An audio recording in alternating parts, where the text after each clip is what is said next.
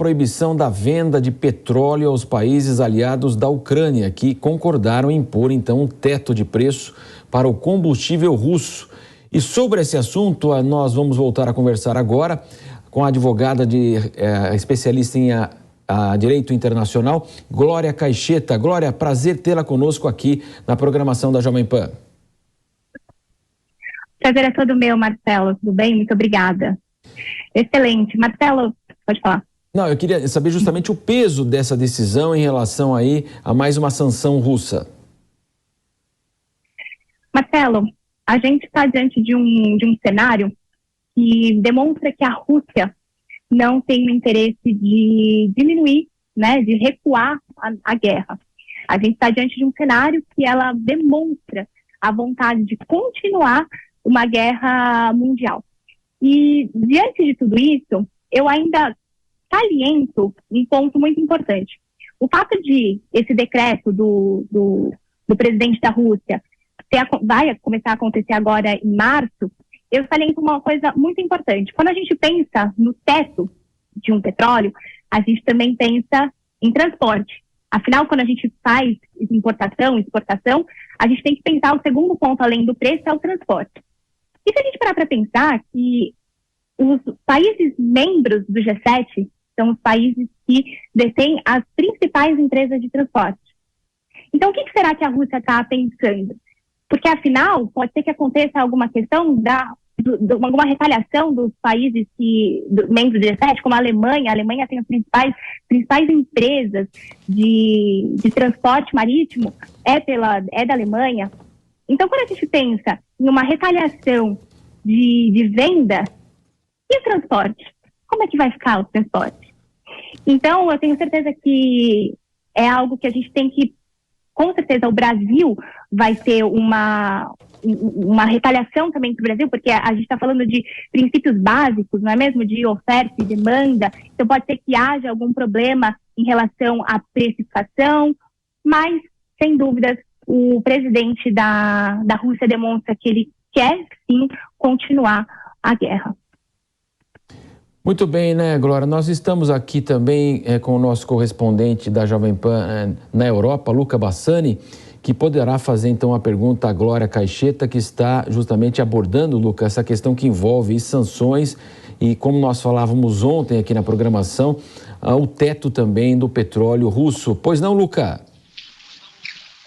Pois é, bom dia, prazer falar com todos vocês novamente. A minha pergunta é exatamente relacionada a como a Rússia pode encontrar novos compradores. Nós sabemos que a Europa é um continente muito dependente tanto do gás quanto do petróleo russo, mas também são aqueles que são fiéis pagadores. Ao mesmo tempo que a China e a Índia têm aumentado as suas reservas, você acredita que esses dois países são suficientes para continuar fazendo o dinheiro chegar em caixa para a Rússia e essas commodities que são tão importantes na economia russa continuem achando seus compradores pelo mundo? Olá, Lucas.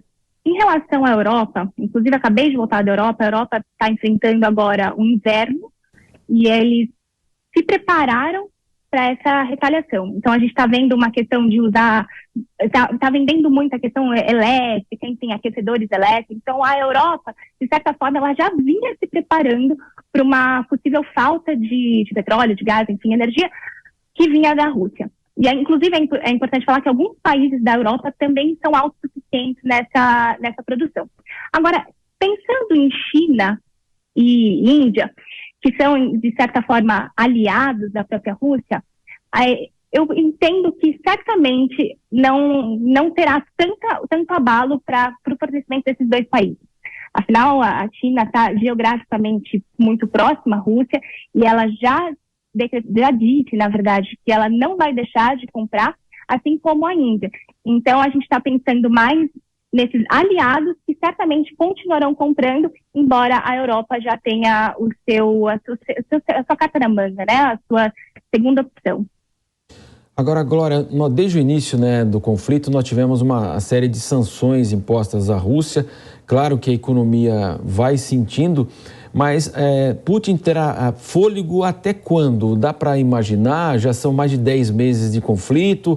Esse momento, como vocês colocaram, Luca e você, né, momento de inverno, a questão da crise energética é algo extremamente sensível, mas até que ponto ele terá fôlego para manter esse conflito? Boa pergunta, Marcelo. Essa é uma pergunta que o mundo quer essa resposta, não é mesmo? Nós estamos falando de uma retaliação que a ideia é justamente que eles não prossigam com a guerra, não é mesmo? É para isso que a gente está propondo isso, os países do G7. Mas o que me preocupa, e é interessante a gente levantar esse pensamento, que no português, claro, é o que dá aquela pulga atrás da orelha, é se eles estão, de fato, se preparando e continuam se munindo e aguentando a produção e o transporte. Será que eles também não estão pensando em uma segunda opção para eles continuarem tendo renda e custo, enfim, e investimento, enfim, para continuar a guerra? Então, ao meu ver, eu penso que, com certeza, eles ainda terão algum fôlego, e eu penso, Marcelo, ainda em acrescentar que eles estão, isso é só a ponta do iceberg, certamente eles estão pensando numa segunda opção, principalmente na questão de transporte. Sem dúvida. Por favor, Luca Bassani, então, mais uma pergunta à Glória Caixeta, que conversa conosco. Luca, por favor. Pois é, outra pergunta que me veio na cabeça quando eu passei as notícias sobre essa proibição da venda dos russos de petróleo é em relação às sanções que a União Europeia quer impor, colocando um teto de preço de apenas $60 por barril para o petróleo russo. Se nós considerarmos que o mercado internacional pratica um preço acima dos $90, nesse ano 2022 até ultrapassou os $100, por que você acha que o valor estipulado pela Europa é tão abaixo daquele do mercado, e se isso pode ser um famoso tiro no próprio pé, considerando que os russos têm compradores que querem comprar pelo dinheiro que custa o barril no mercado internacional? Sim, Marcelo. Em relação ao teto ser mais baixo, é justamente o intuito de Rússia ter menos capital para a guerra. E a União Europeia está fazendo isso de forma muito sábia, porque ela sabe que não somente toda a consequência da guerra, mas ela sabe que através de sanções mercantis, a Rússia vai poder ter menos capital e tentar, de certa forma, piorar a situação, né, em questões econômicas para a Rússia. Agora, durante todo esse momento que nós vivemos, né, claro que houve um abalo considerável justamente na questão que envolve o agronegócio. O Brasil hoje a grande âncora brasileira é o sucesso do nosso agronegócio. Houve uma preocupação de imediato aí, a questão do fornecimento de fertilizantes e outros componentes. Até que ponto todo esse conflito vai abalar, evidentemente, a gente sabe, até o mundo, mas em especial o Brasil? O que você pode falar em relação... Estamos trocando também de governo agora, como deve ser a diplomacia brasileira para tratar dessa questão, porque já se passaram 10 meses e, ao que parece aí, Putin não está interessado em sentar à mesa para conversar, a não ser que a Ucrânia conceda seu território total para ele, né? Então fica difícil, né, Glória? Totalmente, Marcelo. E pensar que a Rússia, pela potência que ela tem, ela pode desestabilizar todo o mercado, não só de fertilizantes, mas também na parte, enfim, de energia, e vai ferir a regra básica do comércio, que é oferta e demanda. Então, assim, se a gente tem dentro da cadeia algum desfalque, é uma consequência que a gente tenha dificuldades não só de fornecimento, mas também questões de custo de produtos para o Brasil e também para o mundo inteiro. Então, em questões diplomáticas, foi muito boa a sua colocação.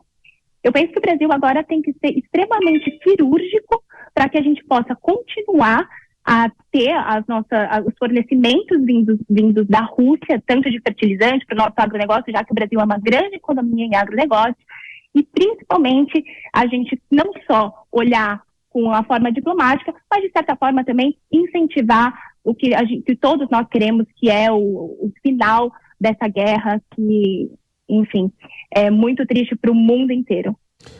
O Luca Bassani está acompanhando conosco desde o início, viu, Glória? A guerra esteve em Kiev, inclusive, muito próximo ali na região do conflito. Luca, eu queria que você atualizasse, então, para a nossa audiência, né? Nós tivemos uma ofensiva em Kherson novamente. Então, ao que tudo indica, vai marcando um reinício aí de uma ofensiva mais forte russa mesmo, né, Luca?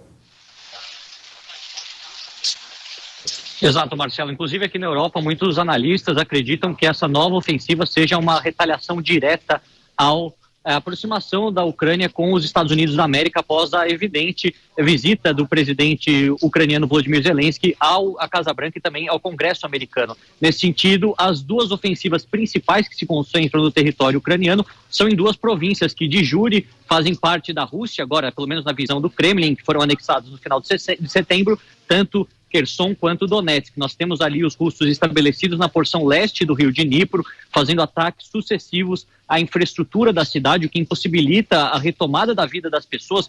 Muitos ucranianos queriam voltar para a cidade que tinha sido tomada pelos russos, mas sem água, sem aquecimento, sem energia elétrica, isso se torna cada vez mais difícil. Ao mesmo tempo que na região de Donetsk nós vemos a cidade de Bakhmut, que do aspecto econômico não é tão importante, mas geograficamente fica aí na divisa daquilo que é controlado pela Ucrânia e aquilo que é controlado pela Rússia, sendo então um ponto muito importante para ditar quais serão os próximos passos dessa guerra, e a Rússia considera isso essencial, ainda esse ano, conquistar essa cidade que está praticamente sob ruínas. A gente vê que aqueles 10 pontos elencados, enlistados pelo presidente Zelensky para que a guerra acabe, não foram seguidos, foram refutados pela Rússia, já que eles querem sim concessão, pelo menos parcial, dos territórios, talvez parte dessas 4 províncias que foram aí, como eu disse, anexadas unilateralmente após aqueles contestados referendos, tanto Kherson quanto Zaporídia, Donetsk e Lugansk, e portanto o presidente Zelensky disse que não vai admitir nem a perda nem mesmo de 1 centímetro, quanto mais de quase 15% do seu território, se nós considerarmos quanto que isso significa, né, proporcionalmente. É uma situação muito adversa. Como você bem mencionou, e nós falamos aqui também na entrevista, a Ucrânia e a Rússia não se sentam para conversar de forma oficial no aspecto diplomático desde março desse ano. Pouco foi feito, além, é claro, da ONU divulgar ontem um relatório falando que cerca de 6 mil civis já morreram, dos quais 400 são crianças, mas acreditam que o número possa ser ainda maior, uma vez que jornalistas internacionais e órgãos independentes possam circular pela Ucrânia, identificando cada uma dessas vítimas, as militares, as civis, e fazendo exatamente um balanço dessa que é a maior tragédia humanitária na Europa desde a